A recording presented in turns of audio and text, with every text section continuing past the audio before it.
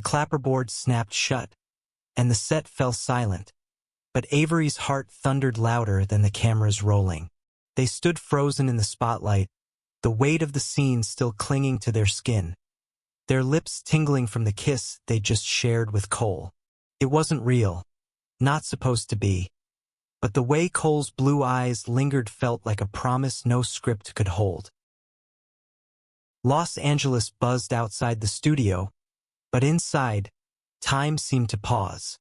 Avery, 24, non-binary, had clawed their way into this indie film, Shades of Us, after years of open mic nights and community theater in Seattle. Their short, tousled dark hair and sharp cheekbones caught the director's eye, but it was their raw vulnerability that landed them the lead. Jamie, a dreamer navigating love and identity in a city that chewed up dreamers like them. Cole, 26, cisgender, with curly blonde hair and a Midwestern charm, played Ryan, the charismatic love interest who was supposed to break Jamie's heart on screen, but not off it. The set was a labyrinth of lights, cables, and half-built props, nestled in a warehouse in Silver Lake. It smelled of sawdust and coffee, the crew's lifeblood. Avery adjusted their blazer, still buzzing from the scene. The kiss had been scripted, but Cole's hand on their cheek, the way he'd whispered, "Stay with me," before the director yelled, "Cut!" That felt unscripted, real.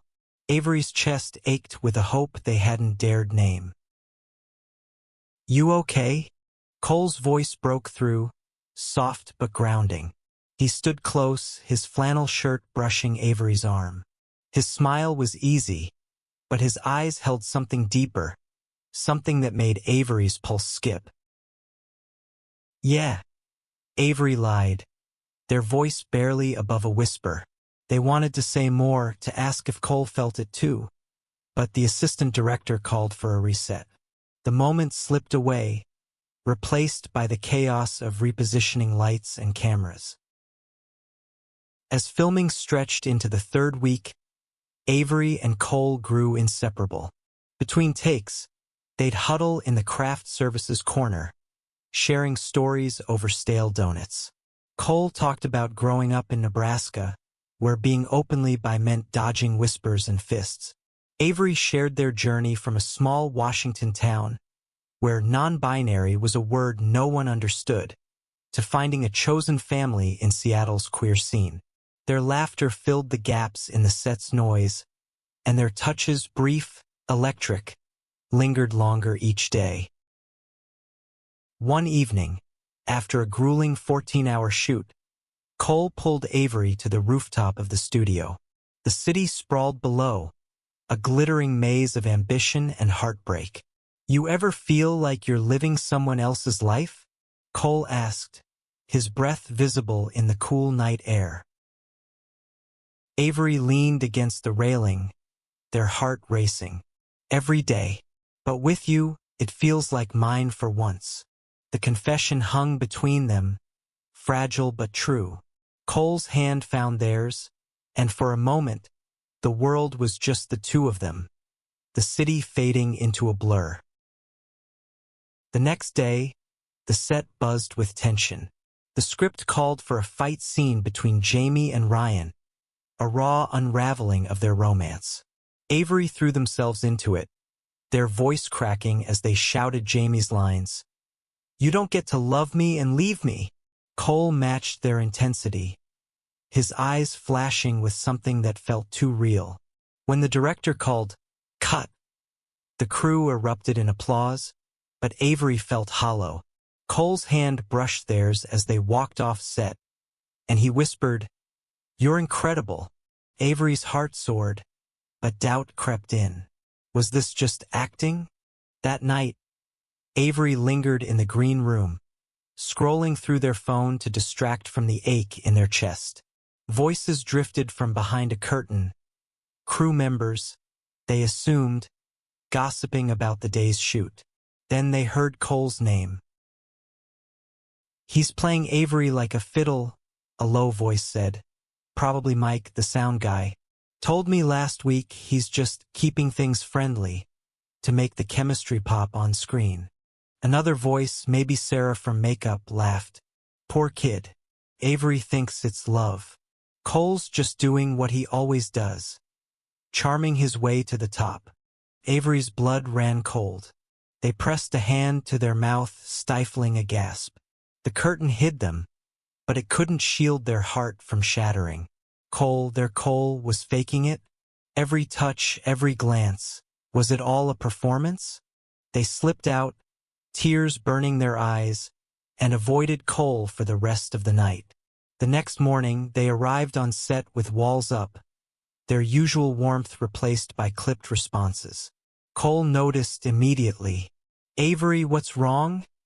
He asked during a break, his brow furrowed. Nothing, Avery snapped, turning away. They threw themselves into the next scene, channeling their pain into Jamie's heartbreak. The crew whispered about their brilliant performance, oblivious to the truth behind it. Days passed, and Avery's silence grew heavier. Cole tried to reach out. Texts, notes left on their chair, but Avery shut him out. The set felt smaller, suffocating. During a quiet moment, Avery overheard the director talking to Cole. You two are magic on screen, she said. Whatever you're doing off set, keep it up. Cole's laugh was strained, and Avery's stomach twisted. Was it all a game to him? One night, unable to sleep, Avery wandered back to the studio. The set was empty, the silence eerie. They sat on the prop couch where Jamie and Ryan's love had bloomed, tracing the worn fabric with their fingers. Footsteps broke the quiet, and Cole appeared, his face pale under the moonlight streaming through the window. Why are you avoiding me? He asked, his voice raw. Avery, I thought we had something. Avery stood, their fists clenched. I heard them, Cole, Mike and Sarah. They said you're playing me, that it's all for the camera. Cole's eyes widened, then darkened with hurt. You think I'd do that? Avery, he stopped, running a hand through his hair. I told Mike to back off because he was asking about us. I didn't want the crew in our business. What you heard, it's not true. Avery wanted to believe him, but doubt clung like damp fog. Then why didn't you tell me? Why let me think? Their voice broke, tears spilling over. Cole stepped closer, his hands trembling. Because I'm scared. Okay? I've never felt this before.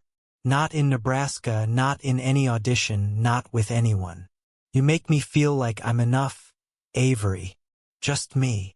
The air between them crackled, heavy with unspoken truths. Avery's heart warred with itself. Trust or protect? They took a shaky breath, stepping closer. If you're lying, Cole, it'll break me.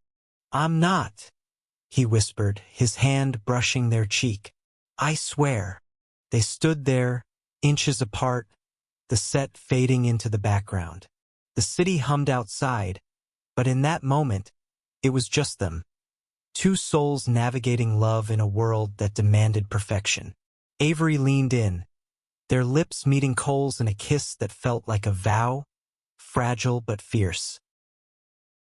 The shoot wrapped a week later, and Shades of Us premiered at a small festival in Santa Monica.